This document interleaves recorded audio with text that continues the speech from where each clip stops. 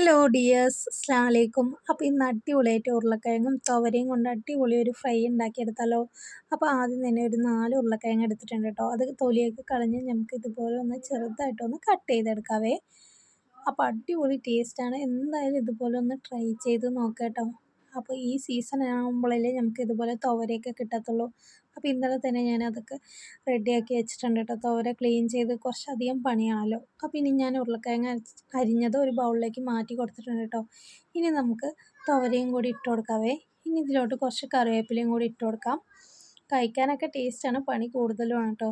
ഒരു നുള്ളു മഞ്ഞൾപ്പൊടി, ഒരു അര ടീസ്പൂണോളം മുളക് പൊടി, ആവശ്യത്തിന് ഉപ്പും കൂടിയിട്ട് നന്നായിട്ട് ഇതുപോലെ ഒന്ന് മിക്സ് ചെയ്തെടുക്കാവേ.